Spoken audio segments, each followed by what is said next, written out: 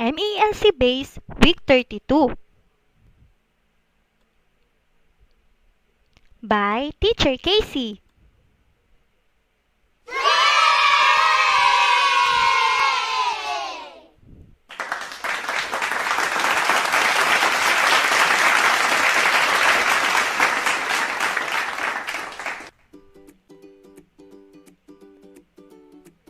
Magandang araw mga bata!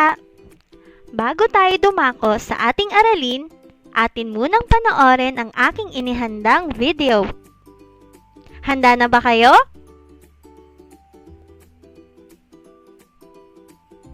Hello mga kaibigan, may sabihin ako. Importanteng bagay dapat na malaman nyo. Huwag niyo sanang pabayaan ang balitang ito. Ika'y makakatulong sa mundo. Kalat nyo ay huwag itapon kung saan lang. Mahalagang itapon mo sa tamang lalagyan. Ang ating bayan ay palagi nating linisan para maganda ang kapaligiran.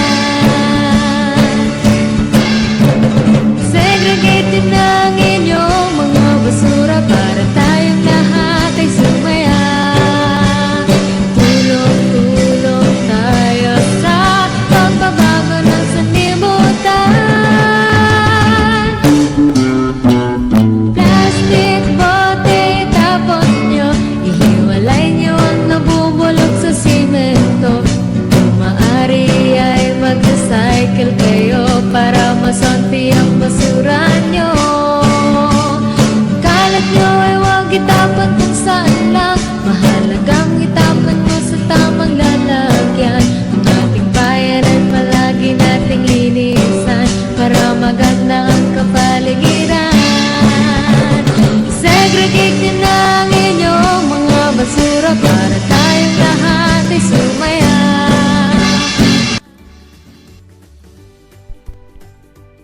Nasihan ba kayo sa inyong napanood?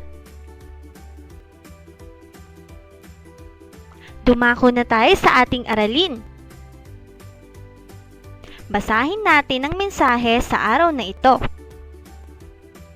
Ika-32 linggo, unang araw. Mensahe: pinangangalagaan natin ang ating kapaligiran. Ulitin nyo nga mga bata. Magaling!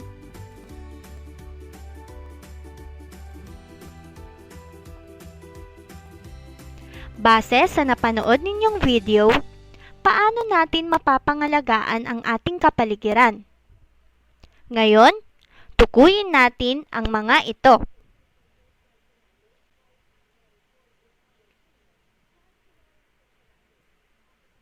Ano ang nakikita ninyo sa larawan? Tama, paglilinis ng paligid. Isa sa mga paraan para mapangalagaan natin ang ating kapaligiran ay mapanatiling malinis ito. Ano ang nakikita ninyo sa larawan? Tama, pagtatapon ng basura sa tamang tapunan nito. Dapat nating itapon ng basura sa tamang tapunan at hindi kung saan-saan. Ano ang nakikita ninyo sa larawan? Tama ulit, pagtatanim ng mga halaman. Isa ito sa nagpapakita ng pag-aalaga at kagandahan sa ating paligid. Pwede din itong maging tirahan ng mga hayop. Ano naman ang nakikita ninyo sa larawang ito? Tama, pagtitipid ng kuryente. Ang pagtitipid ng kuryente ay makakatulong upang magkaroon tayo ng sapat na enerhiya sa panghinaharap. Ano ang nakikita ninyo sa larawan? Tama, pagtitipid ng tubig. Ang pagtitipid ng tubig ay malaking tulong sa ating paligid. Dahil dito, magkakaroon pa tayo ng sapat pang supply panghinaharap.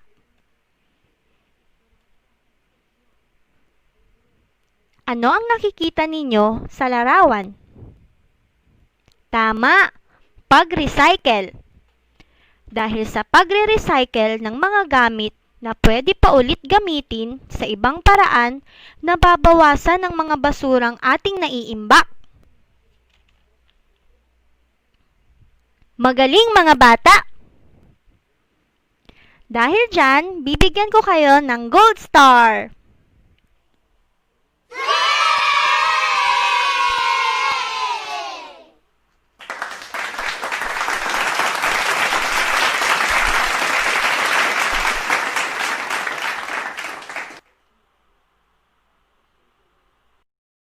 Dumako na tayo sa unang pagsasanay. Handa na ba kayo mga bata? Ang una nating pagsasanay ay Experiment Compost Pit. Ito ay paggawa natin ng sarili nating abono o pataba sa lupa. Mga materyales: lumang karton ng gatas,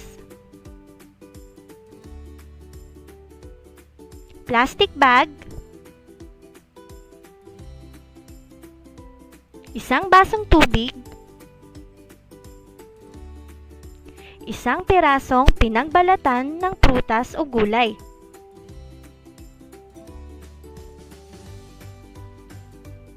Panoorin natin ang pamamaraan sa paggawa nito.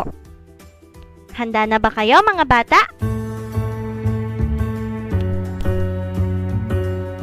I'm in kindergarten and my name is Jasper. I'm in kindergarten and my name is Leica. I'm in kindergarten and my name is Atticus. I'm in kindergarten and my name's Skylar. And my name's Lindsay. And I'm Maya from the Highfield Center for Composting. We are going to teach you how to compost at your school. What is compost? Compost is a pile of green organic matter like food, garden waste, or manure that has been mixed with brown organic matter such as leaves, straw, or wood chips. Over time, the compost pile decomposes or breaks down into soil. Billions of tiny creatures help with this breakdown, including worms and fungus, and bacteria. Compost is very rich in nutrients and can be used in gardens and fields to grow crops and to heal soil.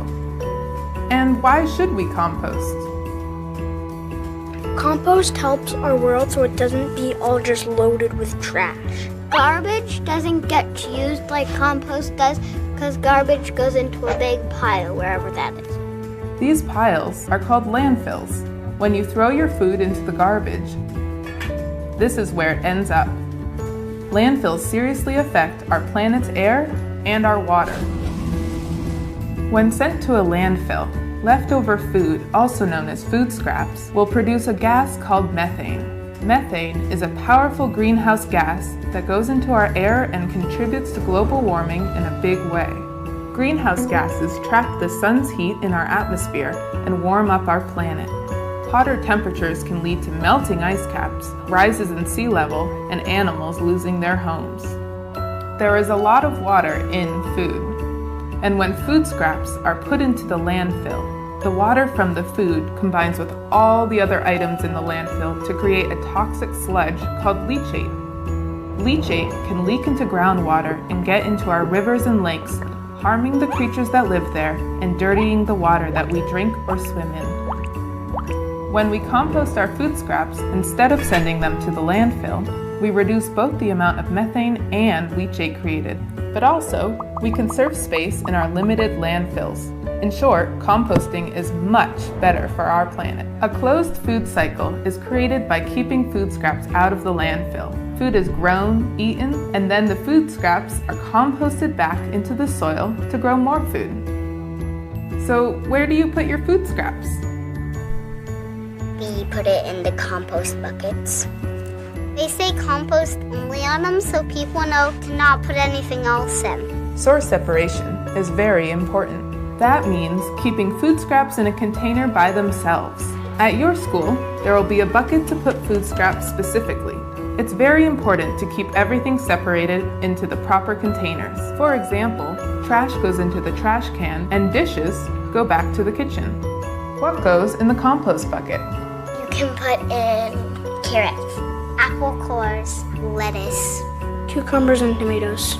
orange, this, watermelon, strawberries, pizza and strawberry, ice cream, fish.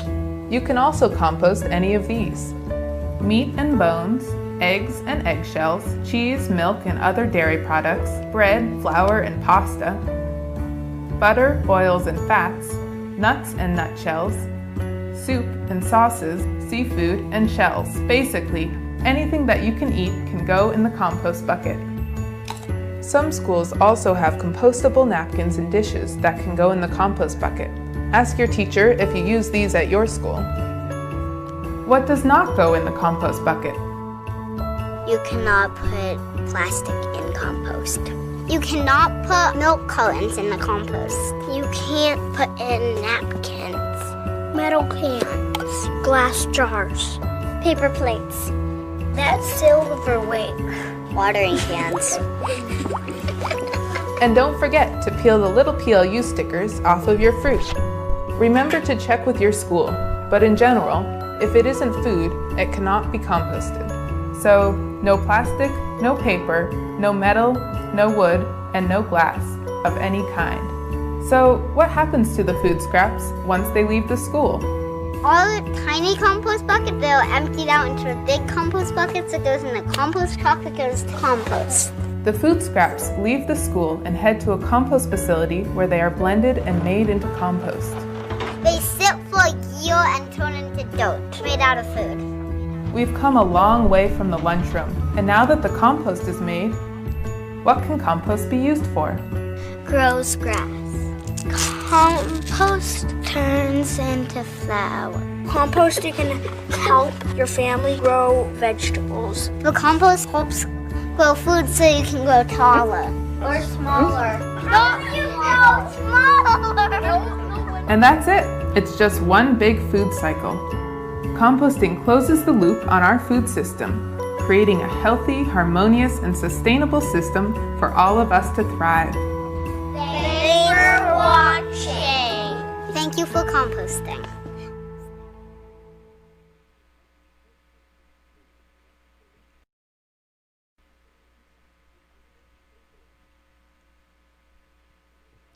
Ito ay ang mga halimbawa ng compost pit na ating ginawa.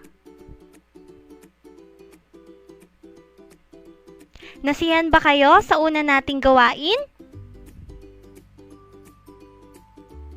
Magaling mga bata! Dahil dyan, bibigyan ko kayo ulit ng gold star!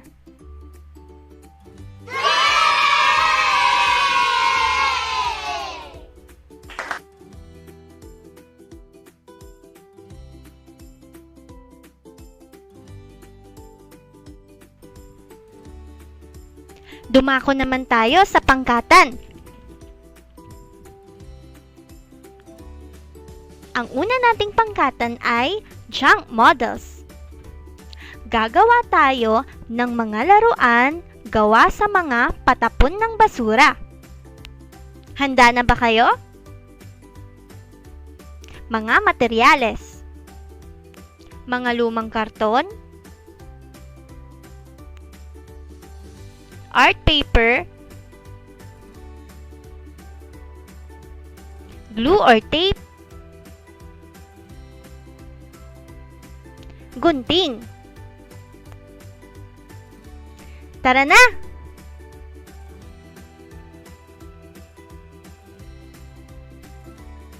Ito ay ang mga halimbawa ng mga natapos ng laruan na gawa sa mga recycled na materyales.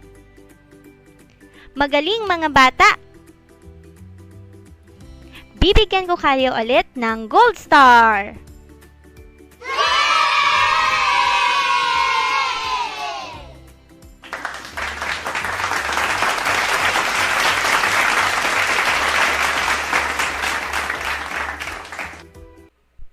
Dadako na tayo sa ating pangalawang aralin. Handa na ba kayo mga bata? Tayo ay magsi-syllable count. Bibilangin natin ang mga pantig sa bawat salitang aking ipapakita. Handa na ba kayo, mga bata?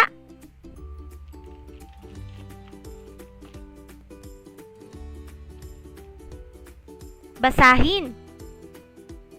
Tuyo. Ilan ang pantig meron ang salitang tuyo? Bilangin natin. 1, 2. 2 pantig. Tama. Basahin. Basa. Ilan ang pantig meron ang salitang basa? Bilangin natin. 1, 2. 2. Tama. Basahin. Malinis. Ilan ang pantig meron ang salitang malinis? Bilangin natin. 1, 2, 3. 3 pantig. Tama. Basahin. Marumi. Ilan ang pantig meron ang salitang marumi? Bilangin natin. 1, 2, 3. 3. Tama. Basahin. Mabango. Ilan ang pantig mayroon ang salitang mabango? Bilangin natin. 1, 2, 3. 3 pantig. Tama. Basahin. Mabaho. Ilan ang pantig meron ang salitang mabaho? Bilangin natin. 1, 2, 3. 3. Tama ulit. Basahin. Halo-halo. Ilan ang pantig mayroon ang salitang halo-halo?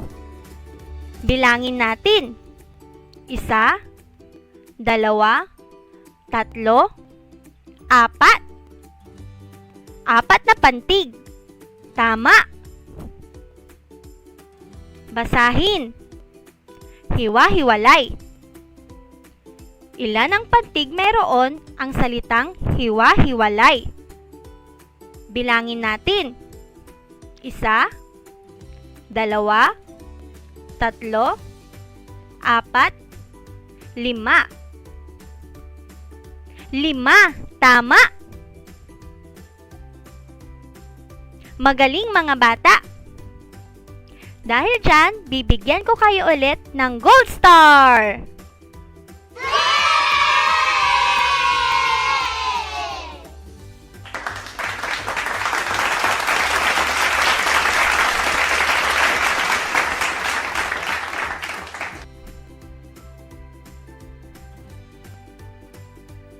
Oras na ng kwentuhan.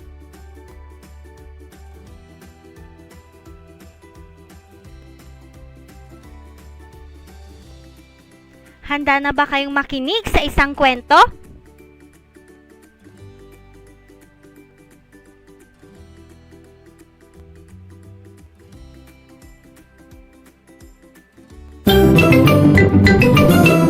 I'm Peppa Pig. This is my little brother George. This is Mummy Pig. And this is Daddy Pig. Peppa Pig. Compost. Daddy Pig is making vegetable soup for lunch. Daddy, can I help? Thank you, Peppa. Can you clear away all these vegetable peelings? Okay. Stop, Peppa. Vegetable peelings don't go in the normal bin. They go in this brown bin. Ooh, Nana. That's right, George. It's a banana skin. And there are onions and carrots and all sorts of fruit and vegetable leftovers in here. Granny and Grandpa will like these. Do Granny and Grandpa Pig eat potato peelings? No, Peppa. They're for Grandpa's garden. They help his plants grow. Oh. We can take these round there after lunch. Oh, good ready. Mummy Pig, Peppa and George are taking the vegetable peelings over to Granny and Grandpa Pig's house. We're here!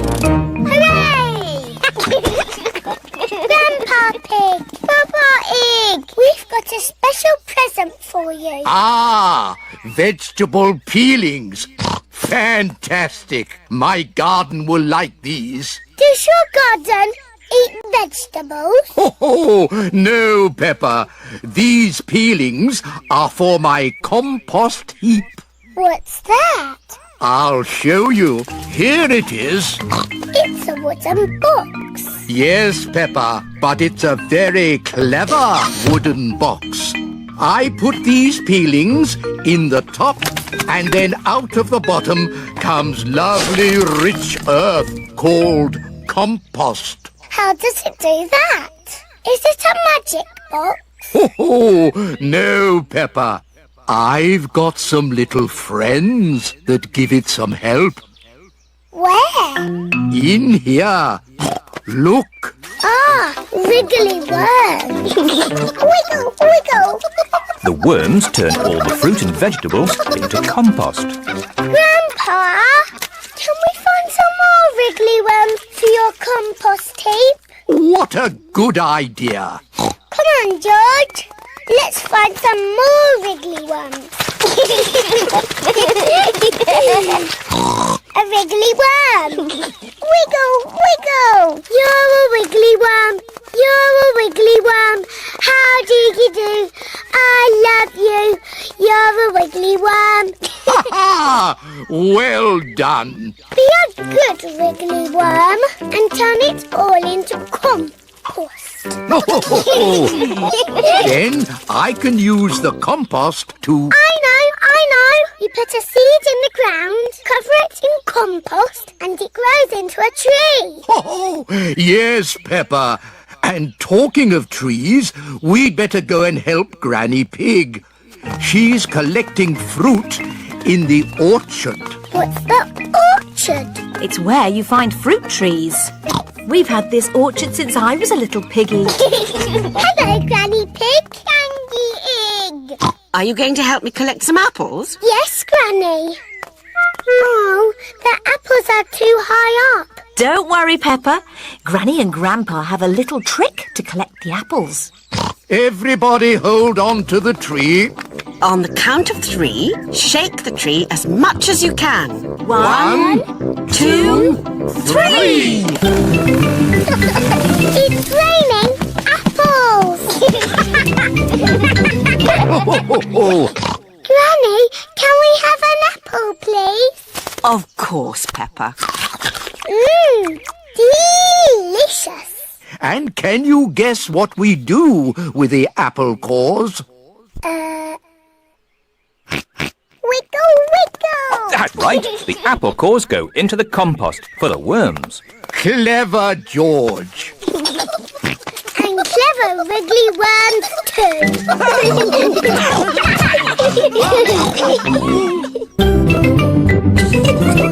Peppa Pig. Peppa Pig. Peppa Pig.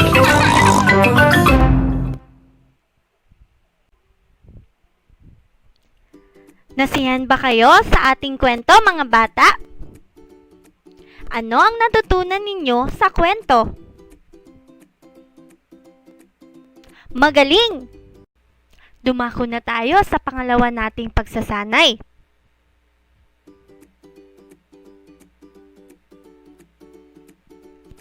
Ito ay ang Exploring Twigs. Gagamit tayo ng mga tuyong sanga upang sukatin ang mga bagay. Handa na ba kayong magsukat, mga bata? Mga materyales. Twigs o mga tuyong sanga.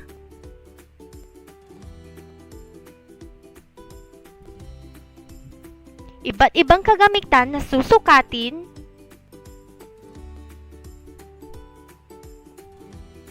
Papel.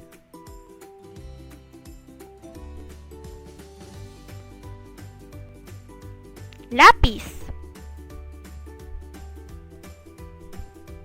Tara!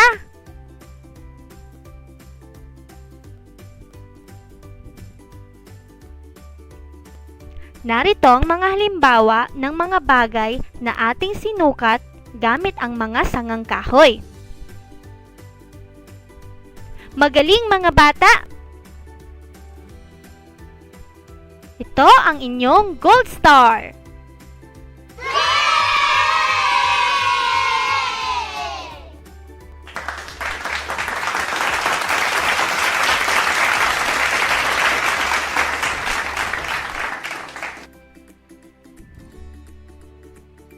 Dumako na tayo sa pangalawang pangkatan.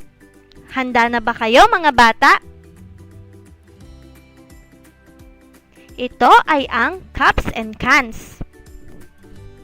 Bibilangin natin ang mga itim na tuldok sa mga latang ating ipapakita. Handa na ba kayong magbilang mga bata?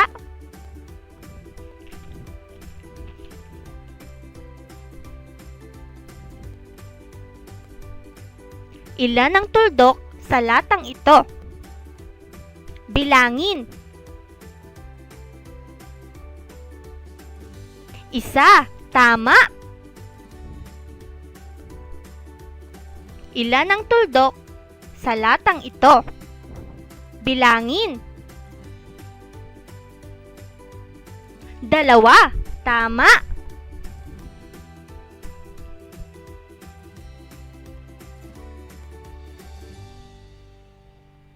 Ilan ang tuldok sa latang ito? Tatlo, tama. Ilan ang tuldok sa latang ito? Apat, tama. Ilan ang tuldok sa latang ito? 5, tama. Ilan ang tuldok sa latang ito?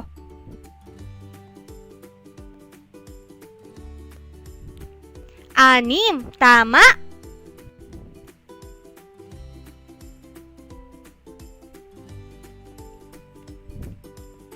Ilan ang tuldok sa latang ito?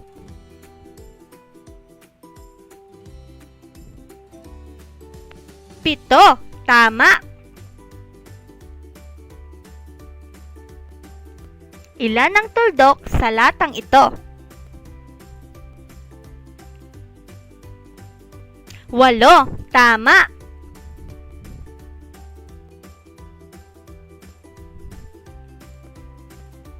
Ilan ang tuldok sa latang ito?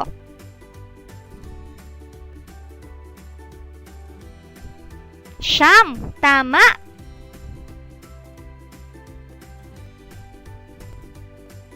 Ilan ang tuldok sa latang ito?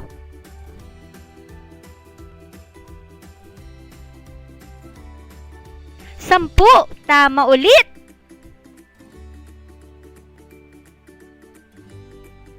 Magaling mga bata. Meron kayo ulit gold star.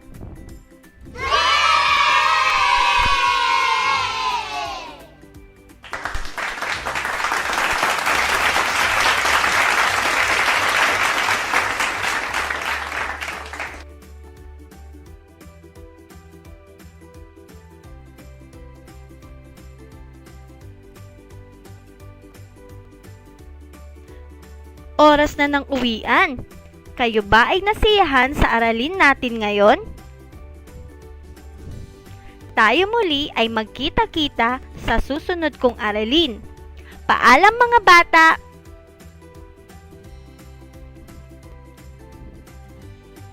Tandaan, para sa kaligtasan natin, lalo na ang mga batang katulad nyo, dapat natin sundin ang mga sumusunod. Maghugas ng kamay, takpan ang ilong at bibig kapag babahing at uubo,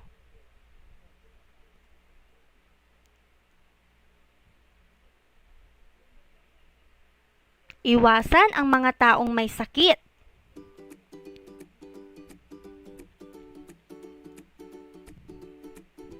Kapag nakakaramdam ng lagnat, ubo, at hirap sa paghinga, pumunta sa pinakamalapit na doktor.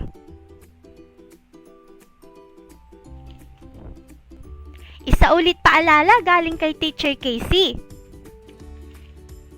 Sundin lagi ang mga sumusunod. Manatili sa loob ng bahay. Maglinis.